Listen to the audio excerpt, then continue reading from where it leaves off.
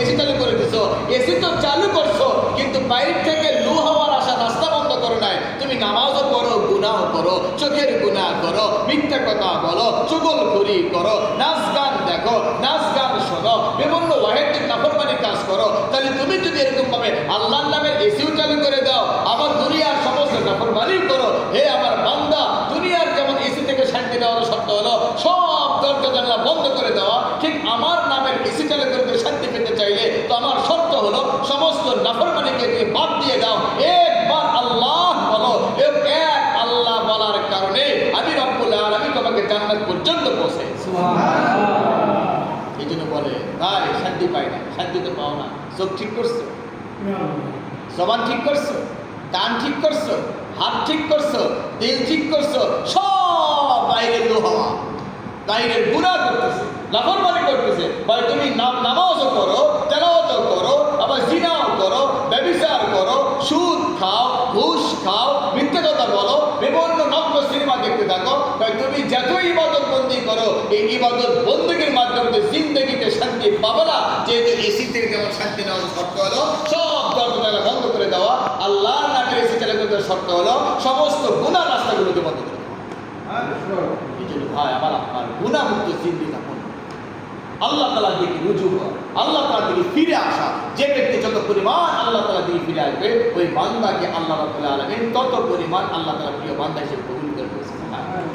এই জন্য ভাই বারবার ভাই ইনশাআল্লাহ একটা পক্কা নিয়ত করতে আমরা কোনো গুনাহ কাজ করব। এই দেখবেন ছোট ছোট মাসুম এই বাচ্চা আছে না, বেলুন নেয়, এ ফু দেয়, অনেক বড় হয়ে যায়, রশিদে সুতোতে পেঁচ দেয়, উঠতে থাকে, আকাশ দিয়ে মাসুম বাচ্চা বেলুন নিল, ফুল দিল, আকাশ দিয়ে উঠতেছে। কারণটা কি? তার দুটো শর্ত এখানে আছে। নাম্বার 1, বেলুনটা হলো নিশ্ছিদ্র, কোনো ছিদ্র নাই। নাম্বার 2, বেলুনের ভিতরে গ্যাস আছে, গ্যাস। এই দুটা জিনিস থাকার কারণে মাসুম বাচ্চা ছেড়ে দিল, আকাশ দিয়ে 10 তলা 20 তলা পর্যন্ত উঠতেছে উঠতেছে উঠতেছে। হঠাৎ করে এই বেলুনের সঙ্গে বাদ ঝড়ে সাক্ষাৎ। তার সাক্ষাৎ বাদ ঝড় বোঝেন? বাদ ঝড়ে সে সাক্ষাৎ হয়েছে, ওর পরে কলসির সঙ্গে বেলুনে আঘাত হয়েছে। বলেন তো বেলুন বই থাকবে? বেলুন তো ওরা তো দূরের কথা, কলসির সঙ্গে আঘাত লাগার কারণে বেলুন ফেটে যাবে, আর ফেটে গিয়ে উঠবে না, তো ওখানেও থাকবে না, বরং চোখ নিচে চলে আসবে। ঠিক তেমনি ভাবে যখন কোনো বান্দা আল্লাহ তাআলার ইবাদত করে, নামাজ করে, তেলাওয়াত করে, জিকির করে, এই বান্দাটা আরশ আজিমের দিকে যাইতে থাকে, যাইতে থাকে, যাইতে থাকে, যাইতে থাকে, উঠতে থাকে, আল্লাহ তাআলার নৈকট্য অর্জন করতে থাকে।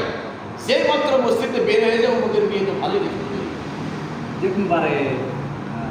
যেই মাত্র একটা মুখ দিয়ে মিথ্যে কথা বলে, যে মাত্র চক্ষু দ্বারা কোনো সিনেমা দেখে, যে মাত্র কান দ্বারা কোনো গীবত শোনে, যে মাত্র আল্লাহ তাআলা কোনো নাফরমানি করে, যেমনি ভাবে বেলুনটা 10 তলা 20 তলা উপরে গিয়েছিল, যেই ছিদ্র হয়ে চৌকার চলে আসে, ঠিক তেমনি ভাবে যখন কোনো বান্দা ইবাদত আল্লাহর নিকট নৈকট্য অর্জন করতে থাকে, যেই একটা গুনাহ করে, ওই বান্দা ওখানে থাকে না, ওরেও না, ওখানেও থাকে না, চোখ আমার নিচে যে খালি আব্দুল্লাহ, খালি আব্দুল্লাহ। এই জন্য আমাদের জিন্দেগির কোনো উন্নতি নাই, আমাদের জিন্দেগির কোনো life visa only one time, no extension. জিন্দেগি ভিসায় একবার বাড়ানোর কোনো ব্যবস্থা নাই। চিন্তা করে যে ব্যবসায়ীরা প্রতিদিন সকালবেলা রড সিমেন্টের ব্যবসা করে, বিসমিল্লাহির রহমানির রহিম লেখে, তারিখ লেখে, 7 আর 6 লেখে, সারাটা দিন কি লেনদেন করলো সন্ধ্যেবেলা হিসাব করে, আয় কত, লাভ কত, লস কত, বাকি কত, নগদ কত, সব হিসাব করে করার। আরেকজন ব্যক্তি হিসাব করে, দেখলো মাসাল্লাহ আজকে আমার 50,000 টাকা বিক্রি হয়েছে। সন্ধ্যেবেলা কি করলো? সুন্দর করে ওই টাকাটা মাঝখানে করে চিরে দিল, মনে আগুন ধরাইলো।